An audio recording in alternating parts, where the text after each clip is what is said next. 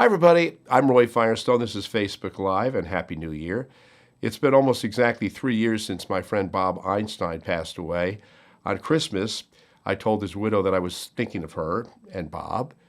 It must be really hard for her and her family without having Bob around because the lack of the sound of laughter must be deafening because no one ever made me laugh harder, ever. Bob Einstein was the funniest person I ever knew in my life. He had the quickest wit, the greatest deadpan. He knew exactly what to say in any given moment that would send me into a loud, fist-pounding, convulsing laughter anytime I was around him, and I was around him a lot, but not enough. Bob died January 2nd, 2019. You probably know him most recently for his work on Curb as Larry David's best friend. You saw him in numerous deadpan sketches with Steve Allen and Johnny Carson, David Letterman, and 24 other shows. Before that, Bob played the idiotic and failed daredevil Super Dave Osborne on the TV show Bizarre. But what you may not know about Bob is that he was Steve Martin's roommate and writing partner on the Smothers Brothers show, and later Glenn Campbell's Good Time Hour, along with his lifetime close friend, co-writer, and producer Alan Bly.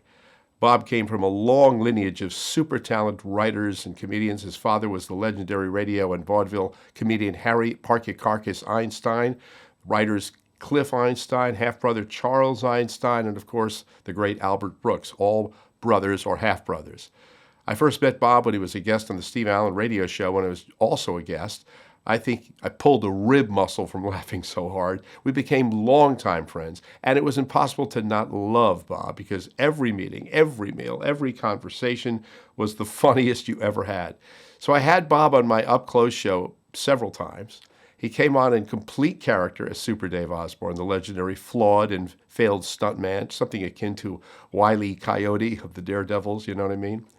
We showed a clip of Super Dave falling off the CN Tower in Toronto. It was a complete put-on, but hundreds, maybe thousands of viewers thought it was real. The sound was off, they couldn't explain it. ESPN thought so too. They begged me to never show that clip again because the switchboard was overheating.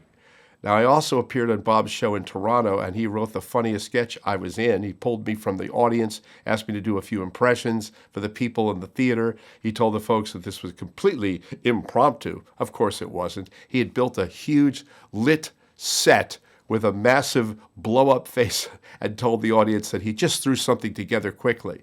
It was really funny. Now, Bob was one of the greatest comedy writers in show business. He wrote and appeared in many of the great variety series of the 60s and 70s, including The Smothers Show, as I mentioned, where he regularly appeared as Officer Judy. I'd walk down the street with Bob often, and people asked if he were really a police officer. And Bob, without breaking a smile, would always say, yes. That was the thing about Bob. He never broke character, never laughed at his own material, never ever failed to deliver the funniest and most spot-on lines and responses to almost anything anyone would ask. He had a million friends in comedy. As I said, Steve Martin, his longtime friend, and Seinfeld, and Larry David, and Richard Lewis, and hundreds more. I was one too, and he treated me the same as those he treated his far more accomplished friends. That is, he brought his gift of laughter and wit and razor-sharp and biting satire everywhere, and he still remained anti-show business, which I really liked. He mocked and hated phonies, and he despised pretension, and that's why he played the egotistical and self-indulgent characters. I found out Bob was diagnosed with cancer. His wife, Roberta, told me that no one outside his family, not even Alan Bly, his longtime producing partner, was aware of it. He was sick for a few weeks, but didn't want to let it affect how people would feel about him. I didn't have a chance to thank him for all the fun times, all the sweet times, and all the outrageous laughs he brought into my life. So I guess I'll thank him now on this little platform. Bob, you are not just one of the funniest people I ever met, you're also among the most kind.